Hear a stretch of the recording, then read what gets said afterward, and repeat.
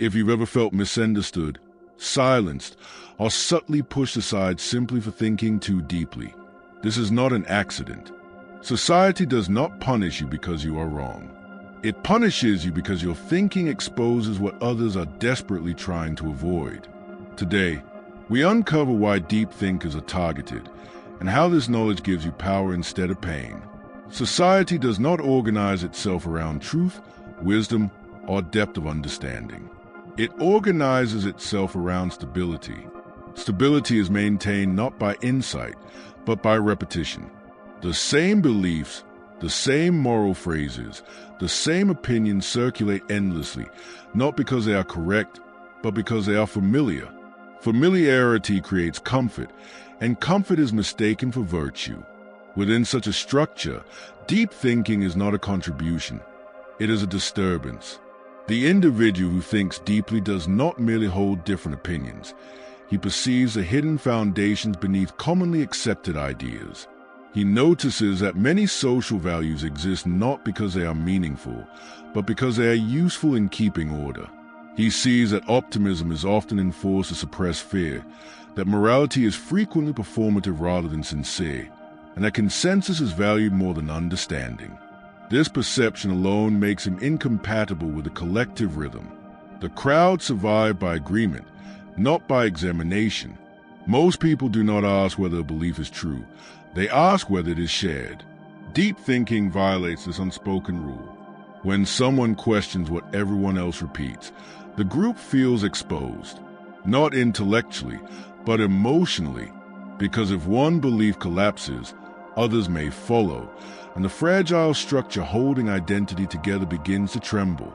This is why society reacts defensively to depth, not with logic, but with instinct.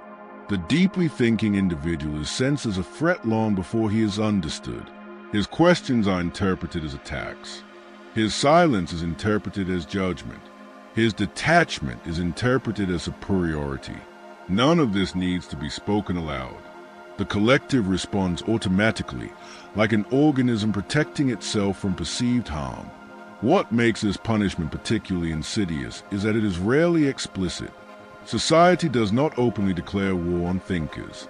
Instead, it marginalizes them through subtle mechanisms. Their ideas are labeled impractical. Their seriousness is dismissed as negativity. Their refusal to participate in shallow enthusiasm is framed as arrogance. Over time, these labels become social signals that justify exclusion. The collective does not hate depth consciously. It fears the consequences of depth unconsciously. Deep thinking forces individuals to confront uncertainty, suffering, and contradiction, elements that most people spend their lives avoiding. The presence of someone who does not avert his gaze reminds others of what they are trying to forget. This reminder produces discomfort, and discomfort demands removal. Thus, the punishment begins, not through violence, but through isolation, not through censorship, but through indifference. The thinker finds his word receiving less attention, his presence less welcomed, his values subtly questioned. Society does not argue with him. It simply stops listening. Silence becomes the most effective form of control. This dynamic reveals a cruel paradox. The very capacity that allows a person to understand society more clearly also makes him less accepted by it. Depth uncovers mechanisms that the collective depends on remaining invisible. Once seen, they cannot be unseen, and those who see them cannot fully rejoin the illusion without betraying their own perception. From the perspective of the crowd, this punishment feels justified. The thinker disrupts harmony, challenges assumptions, and refuses easy answers. Harmony, however, is often nothing more than mutual avoidance of difficult truths. When depth threatens this arrangement, society interprets resistance as moral necessity rather than self-preservation. The deeply thinking individual eventually realizes that the hostility he faces is not personal. It is structural. He is not rejected because of who he is, but because of what he represents. He embodies a possibility that life could be examined rather than merely endured, that beliefs could be questioned rather than inherited, that meaning could be chosen rather than assigned. Such possibilities are intolerable to a system built on unconscious participation. The collective depends on people playing their roles without reflection. Deep thinking interrupts this flow. It slows the machinery. It introduces hesitation where obedience is preferred. For this reason, society instinctively works to neutralize it. The punishment, then, is not a failure of the thinker. It is evidence of effectiveness. The resistance he encounters confirms that his perception reaches beneath the surface. The discomfort he provokes is a measure of how deeply he has touched the foundations of collective illusion. In this sense, society does not punish debt because it is wrong, but because it is revealing. And nothing is more threatening to a structure built on shared blindness than an individual who insists on seeing clearly. What society calls normality is not a reflection of what is natural, but of what is manageable. Normality is constructed through repetition, reinforced by reward, and guarded by quiet punishment. It exists to minimize friction, not to maximize understanding. The average behavior, the average belief, the average emotional response are elevated to moral standards, not because they are wise, but because they are predictable. In such an environment, deviation is not seen as difference, but as disruption. Normality demands obedience without appearing authoritarian. It does not issue commands. It offers incentives. Approval, belonging, and safety are granted to those who mirror the collective mood. Disapproval, exclusion, and suspicion await those who do not. This system is effective precisely because it feels voluntary. Most people believe they are choosing their beliefs, when in reality they are selecting from a narrow range of socially acceptable options. The deeply thinking individual inevitably violates this system. His mind does not rest where consensus begins. He questions habits others mistake for principles. He notices that many moral stances shift with convenience, that outrage is often performative, and that public virtue is frequently detached from private conduct. These observations are not attacks, yet they are received as such, because they threaten the illusion that normality equals goodness. Normality maintains its authority by framing itself as moral. To be normal is to be reasonable, balanced, and well-adjusted. To step outside it is to be labeled extreme, difficult, or unstable. These labels do not describe the individual. They function as warnings to others. They signal where the boundaries lie. They remind the group what happens when one thinks too far beyond what is permitted.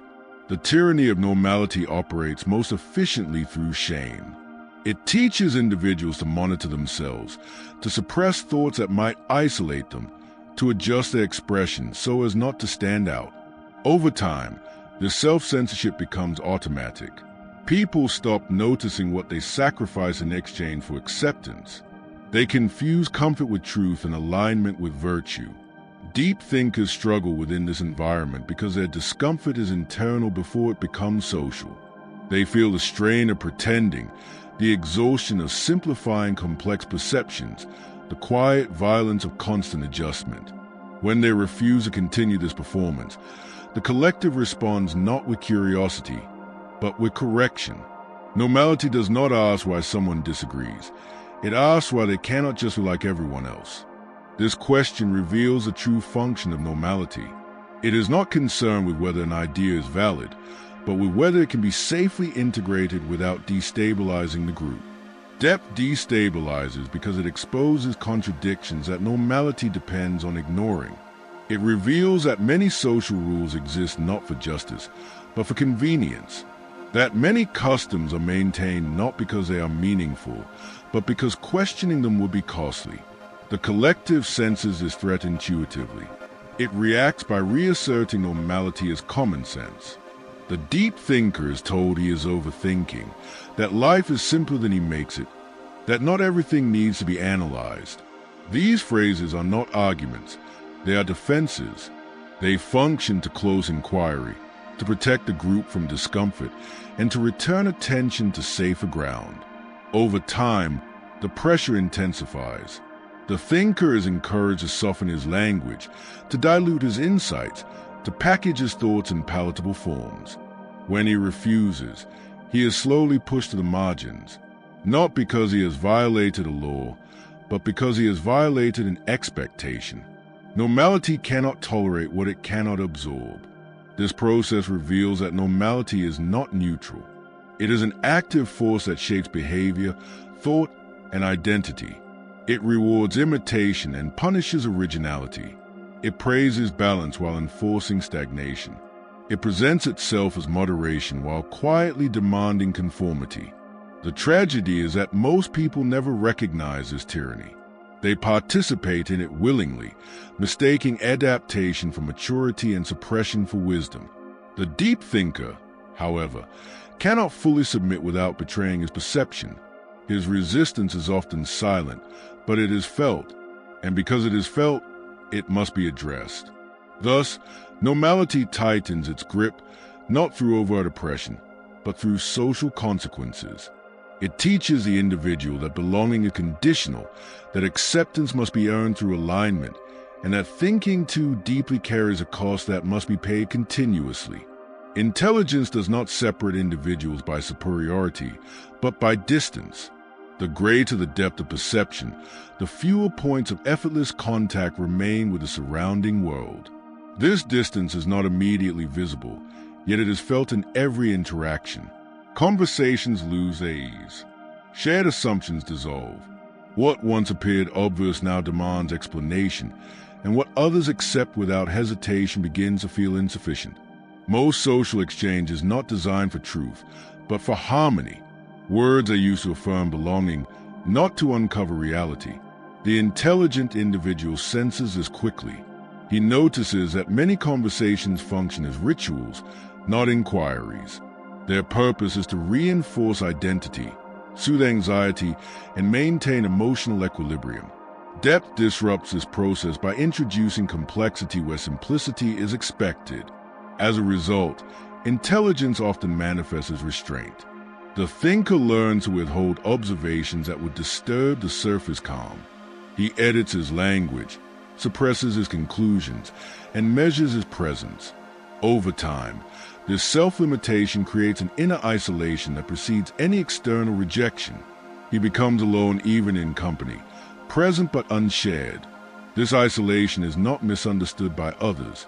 It is sensed. People perceive when someone is not fully participating in the collective illusion. They feel the gap between what is said and what is seen. This gap generates unease. It suggests that something important is being noticed but not spoken. The intelligent individual, even when silent, becomes a mirror others do not wish to face. From this unease emerges silent hostility. Rarely does it appear as direct confrontation. More often, it surfaces as subtle shifts in behavior. Invitations diminish. Opinions are dismissed before being fully heard. Achievements are minimized. The thinker is described as intense, distant, or difficult, not because he has caused harm, but because he does not offer easy reassurance. Hostility thrives in silence because silence protects the collective from accountability. No one admits to rejecting intelligence. Instead, they justify their distance through vague explanations. The thinker is not a good fit. He overcomplicates things. He takes things too seriously. These phrases are shields, not reasons. They prevent introspection while maintaining a sense of moral innocence. What intensifies this dynamic is that intelligence exposes unexamined motives. The presence of someone who sees patterns, contradictions, and self-deception threatens the emotional economy of social life. People rely on stories about themselves to function. Intelligence quietly destabilizes these stories by revealing gaps between intention and behavior. This destabilization, even when unintended, invites resistance. The thinker often internalizes this hostility, mistaking it for personal failure. He wonders whether he is flawed, whether his perceptions are excessive, whether he should learn to be simpler. This self-doubt is one of society's most effective tools. It shifts the burden from the collective to the individual, transforming structural rejection into private shame. Yet the pattern repeats regardless of environment. Different groups, different contexts, same outcome. The intelligent individual is tolerated until his depth becomes noticeable. Then distance emerges. This repetition reveals that the issue is not personality, but function. Intelligence alters the dynamics of interaction in ways most people are unwilling to manage. Over time, the thinker learns that visibility invites resistance. He becomes selective with his presence, cautious with his insights, economical with his energy. This withdrawal is often interpreted as arrogance, yet it is a form of self-preservation. Constant exposure to silent hostility erodes clarity, confidence, and emotional stability. The paradox is that intelligence, which allows one to understand others more deeply, simultaneously makes being understood less likely. The thinker sees through masks that others are invested in maintaining. He recognizes performative kindness, strategic morality, and conditional empathy. This awareness creates an asymmetry. He knows more about others than they wish to reveal, while they know less about him than they assume. This imbalance unsettles social hierarchies. People are comfortable with ignorance because it is predictable. Intelligence introduces uncertainty. It suggests that appearances may be misleading, that intentions may be questioned, and that roles may be illusory. To neutralize this threat, society distances itself from those who embody its isolation, then is not merely a consequence of intelligence, it is its shadow. Silent hostility is not a reaction to harm, but to exposure. The thinker becomes a reminder that clarity exists, that illusions can be seen through, and that comfort is not synonymous with truth. For a society dependent on emotional convenience, this reminder is intolerable. Detachment is not indifference, nor is it escape. It is a disciplined withdrawal of emotional dependency from systems that do not reciprocate understanding. The deeply thinking individual arrives at detachment not by choice, but by exhaustion. After repeated exposure to misunderstanding, dismissal, and quiet resistance, he recognizes that continued engagement with a collective on its terms only drains clarity and strengthens illusion. At first, this withdrawal feels like loss. Approval fades, familiarity weakens, and the sense of belonging dissolves. Society teaches individuals to equate acceptance with worth, so detachment initially appears as failure. Yet this perception is itself a product of social conditioning.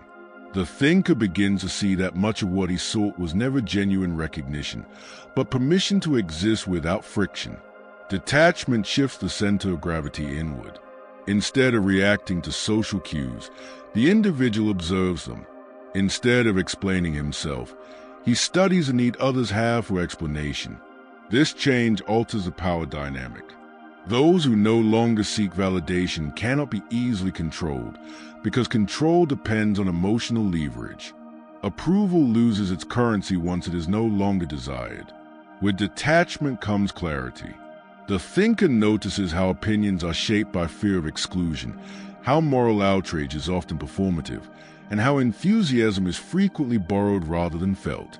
This observation is no longer accompanied by frustration. Emotional distance transforms insight from burden into advantage. Understanding without attachment allows perception without suffering. Silence becomes a strategic choice rather than a defensive one. The thinker speaks not to be accepted, but to be precise. He no longer disperses insight indiscriminately. He understands that most people do not seek truth, but affirmation. Offering depth to those unwilling to carry it creates unnecessary conflict. Detachment teaches selectivity. This selectivity is often mistaken for coldness. In reality, it is economy.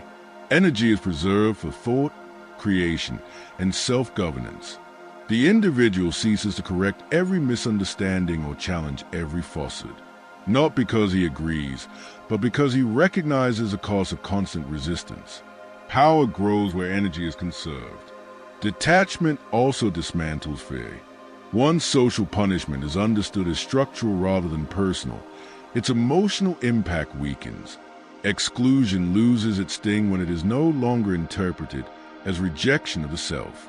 The thinker understands that he is not being judged as an individual, but filtered as a function. This realization restores dignity. As emotional dependence dissolves, autonomy strengthens. The individual becomes less reactive, less predictable, and less vulnerable. He no longer adjusts his thinking to fit social expectations. Instead, he adjusts his exposure.